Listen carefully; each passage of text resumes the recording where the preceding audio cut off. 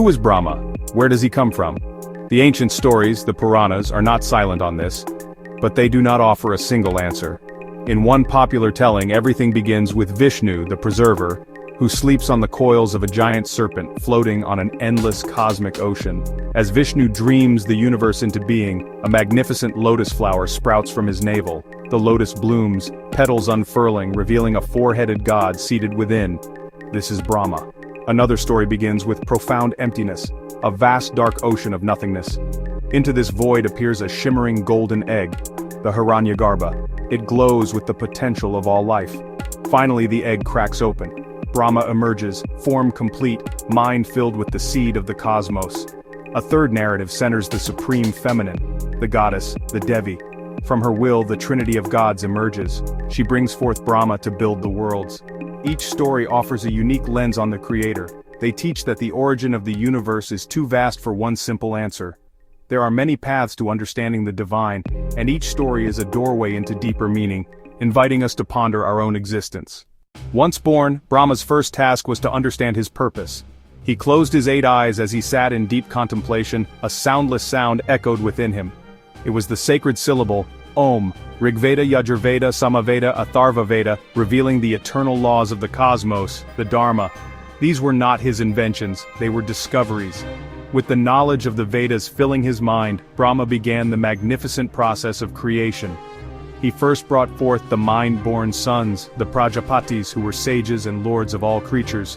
Then, from different parts of his own body, he created the gods, the Devas and their rivals, the demons, the Asuras. He formed humans, animals, birds, insects. He shaped the mountains, carved out the rivers and filled the oceans. The sheer diversity of life, from the smallest ant to the largest whale, sprang forth from his boundless imagination. Brahma did not just create beings, he also created the very structure of reality. He separated day from night, allowing for periods of activity and rest. The heat of summer, the rains of the monsoon, the cool of winter, so that the earth could rejuvenate and provide sustenance. Through his creative acts, Brahma became the great-grandfather, the Pitamaha of all beings. His creation was a grand symphony. Every being, every element was a note in that divine composition, playing its part in the unfolding drama of the cosmos. As the creator of all, Brahma's importance was unparalleled. He sat upon the highest lotus. Over time, however, this profound sense of accomplishment began to curdle into something else: pride. He started to believe that because he was the creator, he was the supreme and most powerful being in the universe. He saw Vishnu as the sustainer, Shiva as the destroyer, but he felt his own role as the origin of all things made him superior. This growing arrogance began to cloud his wisdom. This arrogance led to a famous and fateful conflict. A dispute arose between Brahma and Vishnu about which of them was greater. As they argued, a colossal fiery pillar of light, a Jyotirlinga, appeared between them. It blazed, stretching endlessly upward and downward. Vishnu as a boar plunged down to find the base. Brahma as a swan soared up to find the peak. For thousands of years Vishnu dug but could not find the foundation. Humbled, he returned and admitted failure. Brahma flew up as long and also failed, but pride would not let him admit defeat. On his way down he found a Ketaki flower falling. He conspired with it, convincing it to lie that he had reached the top. Back at the pillar, Brahma declared victory. The flower corroborated him. The pillar burst open. Shiva emerged furious. He was the pillar of light, the infinite reality they sought. Enraged, Shiva rebuked Brahma for arrogance and deceit.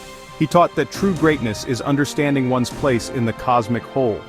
This marked a turning point for Brahma's role in worship and memory. His ego had led him to challenge infinity itself.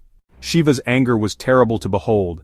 For Brahma's unforgivable act of lying, a transgression fueled by pure ego, Shiva pronounced a powerful curse.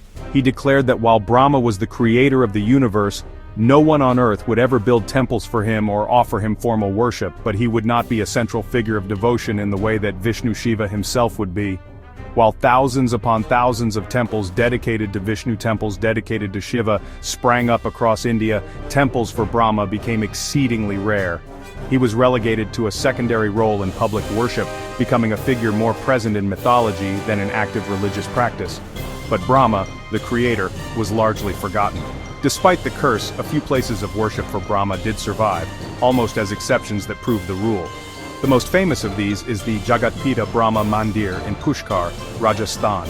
Legend says that this location was sanctified by Brahma himself when a lotus petal fell from his hand and created the sacred Pushkar lake. This temple stands today as the primary center for his worship in the world, drawing pilgrims who still honor the great creator. Ultimately, Brahma's story is a profound paradox. He is the grand architect of the cosmos, the Pitamaha from whom all life emerged, yet he stands on the periphery of Hindu worship. More importantly, it serves as a moral fable about the corrupting influence of ego. Though rarely worshipped, his story is never forgotten, echoing through the ages as a timeless lesson on the nature of divinity and the human condition.